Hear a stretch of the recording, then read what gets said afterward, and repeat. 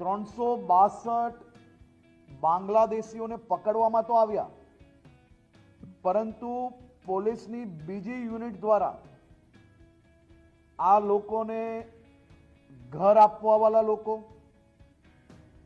આ લોકોને નોકરી આપવાવાળા લોકો, આ સૌ લોકોને અહીંયા કોણ રાખતું હતું તેની બી તપાસની કામગીરી આગળ ચાલી રહી છે।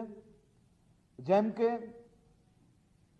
આપણે પહેલાથી જ કહ્યું છે કે કોઈ બી પ્રકારના ડોક્યુમેન્ટ્સ લીધા વગર આવા અવૈધ લોકોને જે કોઈ લોકો આશરો આપશે તેની ઉપર બી ગુનાઓ દાખલ કરવામાં આવશે અને આ વખતે આ સંપૂર્ણ તપાસ બી આગળ વધી રહી છે।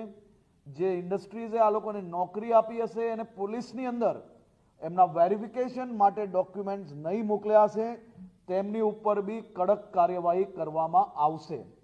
આ ઓપરેશન એ આવનારા દિવસોમાં બી રાજ્યના તમામ ક્ષેત્રોની અંદર ચાલશે, તમામ દિશાઓમાં ચાલશે। આ ઓપરેશન એટલી સારી રીતે પ્લાન કરવામાં આવ્યું હતું કે શહેરોમાં જ્યારે રેડ ચાલુ થાય તેની સાથે સાથે જ બસ સ્ટેશનો, હાઈવે અને રેલવે સ્ટેશન પર બી નાકાબંધી સાથે જ ચાલુ કરવામાં આવે।